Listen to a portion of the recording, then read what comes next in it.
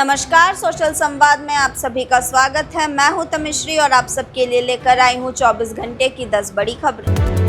केंद्रीय मंत्री प्रहलाद जोशी ने पश्चिम एशिया संकट पर आयोजित सर्वदलीय बैठक में नेता प्रतिपक्ष राहुल गांधी की अनुपस्थिति को गैर जिम्मेदाराना बताया है और उन्होंने कई तरह के सवाल भी पूछे हैं। उन्होंने पूछा है कि क्या राहुल गांधी पाकिस्तान के साथ गठबंधन में है या भारत के साथ। ये उन्हें स्पष्ट करना होगा, क्योंकि ये जो हरकत है ये गैर जिम्मेदाराना है।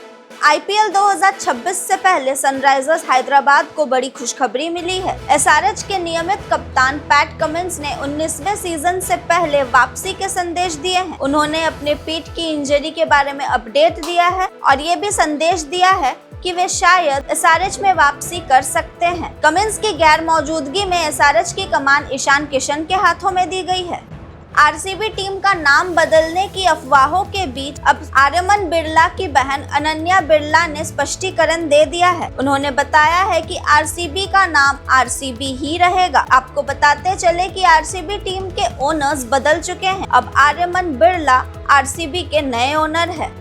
मद्रास हाईकोर्ट ने गुरुवार को sanitary napkins, tampons, panty liners और बेबी डायपर में उपयोग हुए कैंसरकारी और खतरनाक केमिकल्स के उपयोग पर रोक लगाने के लिए दायर जनहित याचिका पर केंद्र से जवाब मांगा है। चेन्नई स्थित वकील ने यह मामला दायर करते हुए केंद्र से मांग की थी कि वो देश में बेचे जाने वाले सैनिटरी प्रोडक्ट्स और बच्चों के डायपर्स में जो कच्चा माल यूज होता है उसके पूर्ण खुलासे को उजागर करने के लिए नियम या प्रतिनियम बनाए, क्योंकि सैनिटरी नैपकिन्स और बच्चों के डायपर्स में कुछ ऐसे खतरनाक केमिकल्स यूज होते हैं जो कि हानिकारक होते हैं। खासकर सैनिटरी नैपकिन्स में प्लास्टिसाइजर मिलाए जाते हैं, जो कि एक एंडोक्राइन डिसरप्टिंग केमिकल है, जिससे स्त्रियों के प्रजनन स्वास्थ्य पर नकारात्मक असर पड़ सकता है।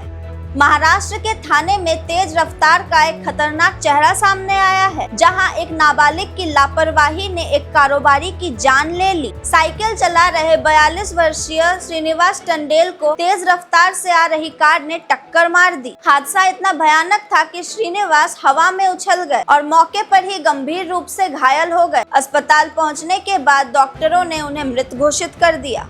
1 अप्रैल से कई बड़े नियम बदलने वाले हैं। पैन कार्ड, डिजिटल पेमेंट, आयकर payment, UPI, cash, salary structure, HRA claim, सारे 1 अप्रैल से ये सारे नियम लागू हो जाएंगे। इसलिए जानकारी पहले से ले लें और नियम जान लें ताकि कोई भी परेशानी ना हो।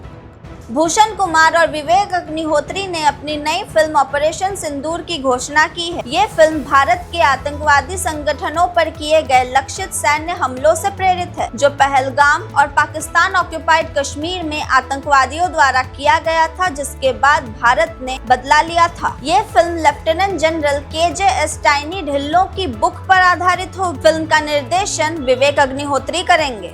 पेट्रोलियम और प्राकृतिक गैस मंत्रालय ने पहली बार स्टॉक का विवरण जारी किया है और बताया है कि भारत के पास 60 दिनों का कच्चा तेल मौजूद है और ईंधन का भंडार भी। साथ ही 8 लाख टन LPG की सुरक्षित आपूर्ति भी है। और साथ ही सरकार ने ये दावा भी किया है कि पश्चिम एशिया में हो रहे संघर्ष के बावजूद आपातकाल की कोई भी आवश्यकता नहीं है।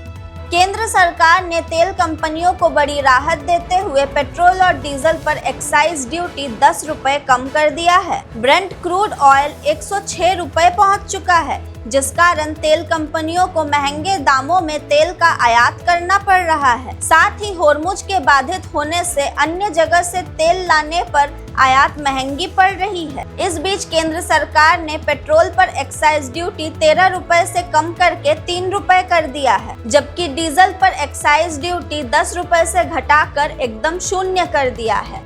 अब इस वक्त की सबसे बड़ी खबर है रामनगरी अयोध्या से। रामनगरी अयोध्या में शुक्रवार को रामनवमी के अवसर पर रामलला का भव्य सूर्य तिलक किया गया। 12 बजे अभिजीत मुहूर्त में ये भव्य सूर्य तिलक सभी को दिखा। प्राण प्रतिष्ठा के बाद बालक राम का ये दूसरा सूर्य तिलक था। रामनवमी के इस विशेष अवसर पर रामलला को पीताम्बर वस्त्र पहनाए गए और गर्भगृह में 14 विशेष पुजारी भी मौजूद रहे।